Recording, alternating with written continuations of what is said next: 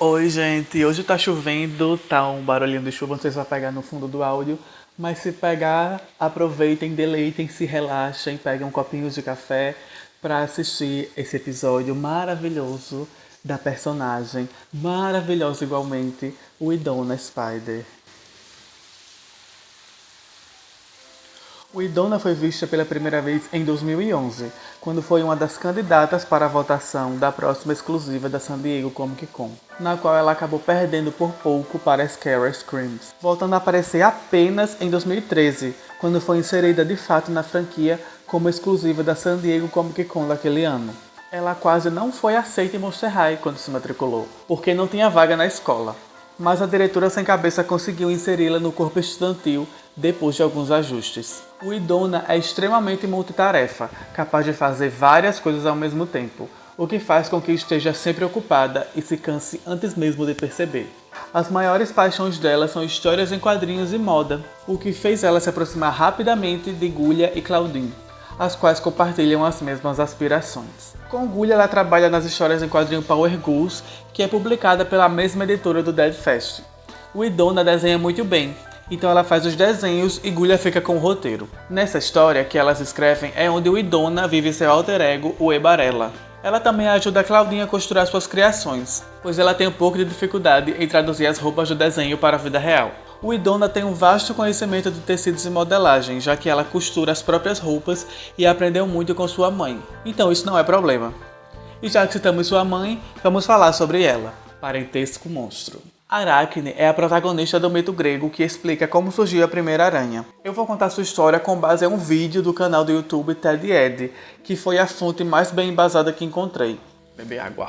Uma aguinha trans. Aracne era filha de um comerciante e tinha o dom de tecer os mais finos e sofisticados fios, transformando-os em tecidos e criando tapeçarias exuberantes. À medida que admiradores do seu trabalho se multiplicavam, a tornando cada dia mais reconhecida, se multiplicava também sua arrogância. Não era raro ouvir-se gabar de suas habilidades, declarando que seu dom era superior ao de qualquer um, mortal ou divino, afirmando que sua genialidade não era presente dos deuses, e sim originada nela mesma.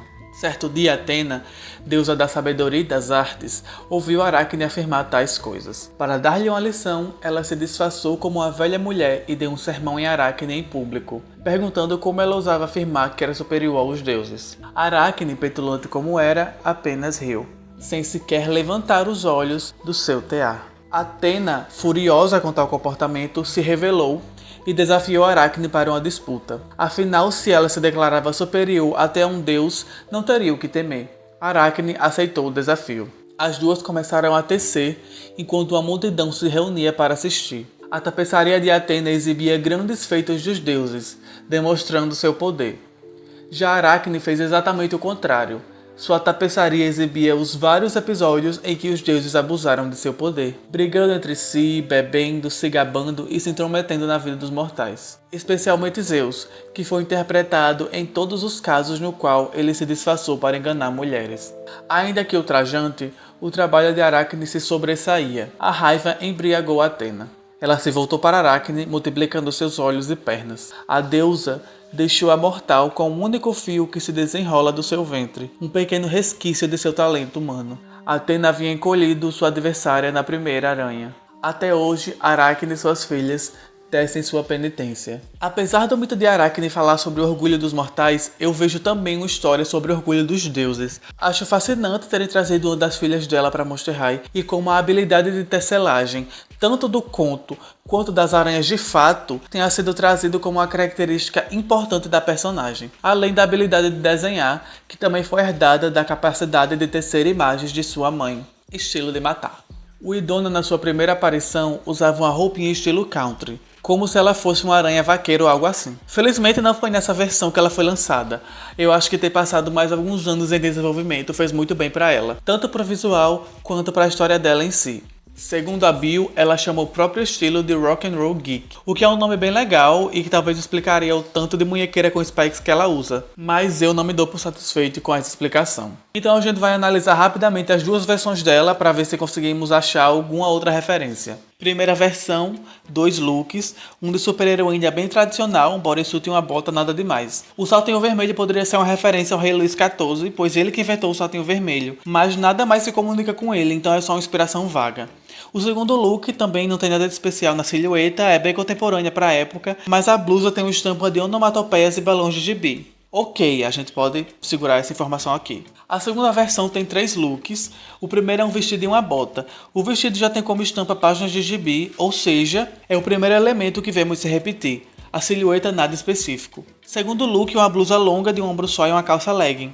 Silhueta bem parecida com o segundo look da SDCC. A blusa não tem nada demais, mas a calça tem uma estampa de cidade no estilo também de histórias em quadrinho. O último look é uma blusa branca com uma onomatopeia e uma mini saia. A mini saia tem uma estampa bem groovy, como as estampas dos que estavam bem em alta nos anos 60 e 70, e junto a isso uma bota e uma bolsa com estampa de pontilhismo, que é bem gibi também. Monster High sempre tem umas referências bem retrô, como vocês já devem ter percebido no decorrer dessa série. Com a vibe da mini saia e do topete que ela usa nas duas versões, a gente pode ir procurar a fonte do estilo dela lá na segunda metade do século XX. Agora é só procurar qual movimento da moda ou da arte teve o elemento mais marcante do guarda-roupa dela, que facilmente encontramos Roy Lichtenstein e o pop art. O pop art foi um movimento artístico que teve início nos anos 50, inicialmente na Inglaterra e Estados Unidos. Foi uma interpretação por parte dos artistas sobre a cultura popular. Para isso, eles usavam elementos da cultura de massa para criticar a sociedade consumista que começava a crescer naquele período. O uso de imagens de anúncios publicitários, histórias em quadrinhos, fotografias, embalagem de alimentos, entre outros, eram as bases para as criações artísticas do pop art. Muitos artistas fizeram parte desse movimento. Entre eles vale citar o Andy Warhol, que é um dos meus ídolos, e ele foi responsável pelos icônicos quadros de lata de sopa Campbell e da Marilyn Monroe. Porém, um artista que tem as mesmas referências de Idona é Roy Lichtenstein. Roy utilizava os clichês das histórias em quadrinhos como forma de arte. Ele reproduzia à mão os procedimentos gráficos das revistas, como cores brilhantes, planas, delineadas pelo traço preto e o pontilhismo. A paleta de cores de Idona são cores basicamente primárias, bem saturadas, que contrastam diretamente com sua pele preta. A pele dela quase serve como um delineado preto das ilustrações de gibi. E a paleta é claramente baseada no art pop e em personagens de HQs que geralmente têm essas cores. Eu poderia simplesmente chegar aqui e falar que ela é baseada somente em HQs, mas eu não acho isso justo, pois para essa forma de impressão específica, com as pinturas feitas em pontilhismo e os balões com onomatopeias e falas ser considerado uma estética e passar a inspirar roupas, estampas, maquiagem, etc., primeiro teve que haver o Roy e o pop art. Por fim, pop art não é exatamente uma estética, mas um movimento artístico. Por isso as roupas dela não têm uma característica de silhueta específica, apenas as estampas. E isso abre um capítulo que ainda não conversamos, aqui no Estilo de Matar, que são personagens inspirados em arte e em ideais. Então, gente, o vídeo foi isso, espero que vocês tenham gostado. Acho que já faz umas 3 semanas que eu estou completamente obcecado pela Idona. Eu nunca escrevi um roteiro do Estilo de Matar tão rápido. Eu nunca imaginei que eu iria trazer a Idona nesse quadro, mas o tanto que eu olhei pra ela, o tanto que eu pesquisei, eu comecei a achar coisas que dariam um vídeo muito interessante. E eu espero que vocês tenham gostado. Se você gostou e não deu like ainda, esqueceu, você pode dar agora. Comentar o que você achou. Paciência que vai ter sim Spectra. Pelo amor de Deus, pare de cobrar Spectra e abre, porque uma hora vai aparecer. Calma, gente, não se apressa a arte. É isso, espero que vocês tenham gostado. Um beijo, até o próximo vídeo e tchau.